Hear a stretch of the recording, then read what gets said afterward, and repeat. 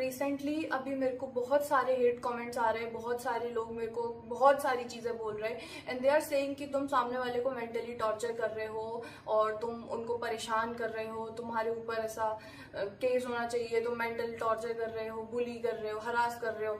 तो देखो, इस चीज के लिए एक बार मेरी साइड से देखा जाए तो मैं ना ही किसी के बारे में बात कर रही हूँ, ना मैं मेरे व्लॉग्स में किसी का नाम ले रही हूँ, ना किसी के बारे में बात कर रही है, याद कर रही हूँ उनको, कुछ भी नहीं कर रही मैं, ना ही मतलब बात भी नहीं, मतलब एक बार जिक्र करना होता है ना, मैं वो भी नहीं कर रही कि अगर किसी को लगे कि मैं जिक्र करके उनका परेशान कर रही हूँ उनको, तो मैं वो भी चीज नहीं कर रही। और सामने से मेरे को थर्ड पर्सन, दूसरे का खून, नागिन, पता नहीं क्या क्या चीजें बोली, मतलब सामने वाले के मुंह में जब जो आए मन में तब वो चीज बोल दिया, जब मन करे तब बद्दुआ दे दो, तब गाली दे दो, तब कुछ भी कर दो। सामने वालों के मन में जो भी आए वो तब मेरे को कुछ भी कर रहे हैं।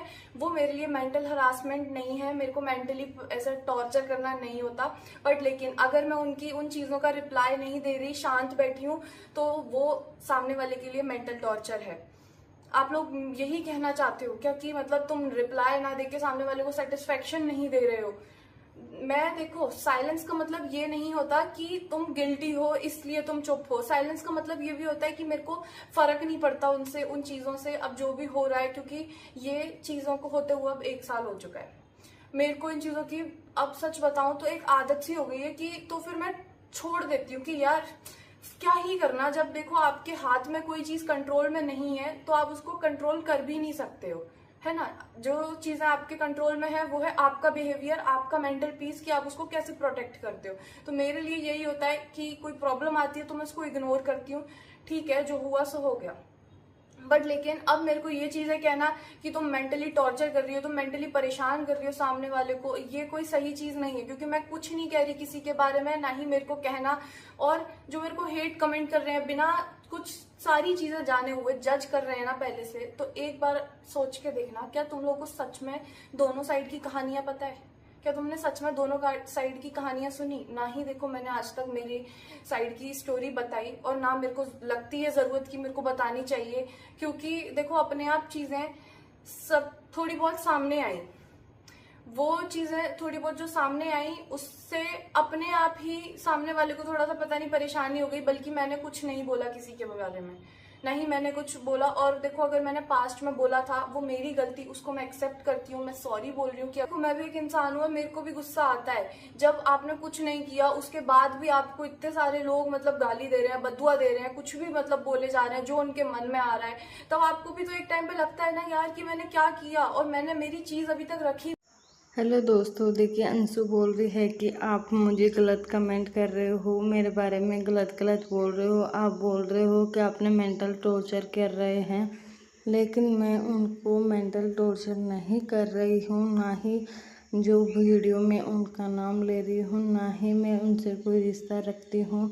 हमारा रिश्ता था जो 1 साल पहले ही ख़त्म हो गया है। अब मुझे कोई फ़र्क नहीं पड़ता उनके जीने मरने से या फिर मेंटल हालत रहने में। वो कुछ भी करे, अपनी ज़िंदगी उनके जैसे जिए। मैं अपनी ज़िंदगी अच्छे से जी रही हूँ और मैं अपने मम्मी पापा के साथ जी रही हूँ। उन्होंने ये बोला है, अपने टाइटल में लिखा है कि जिसको जो बोलना है वो बोले, मुझे सिर्फ अपने मम्मी पापा से मतलब है और किसी से मतलब नहीं है। तो ये मेंटल होने का ये सब नाटक बंद करो।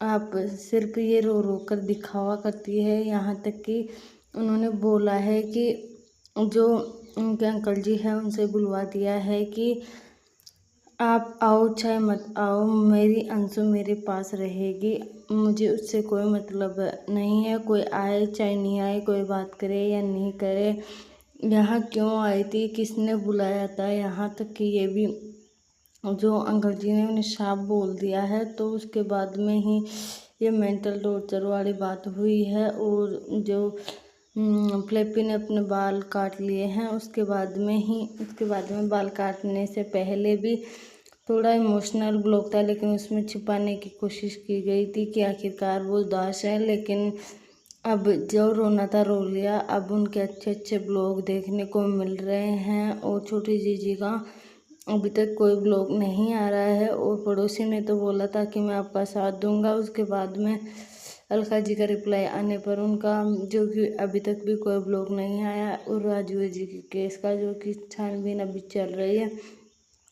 अलका जी 2 पड़ाव पार कर चुकी है, लेकिन टाइम लग रहा है क्योंकि उनकी फैमिली उनके साथ नहीं है, उनका साथ नहीं दे रही है बिल्कुल, और साथ नहीं देने से कठिनाई हो रही है केस को जो कि एक एक करके चीज़ों को जानने में। दोस्तों, अगर मेरा वीडियो आपको पसंद आए तो प्लीज़ लाइक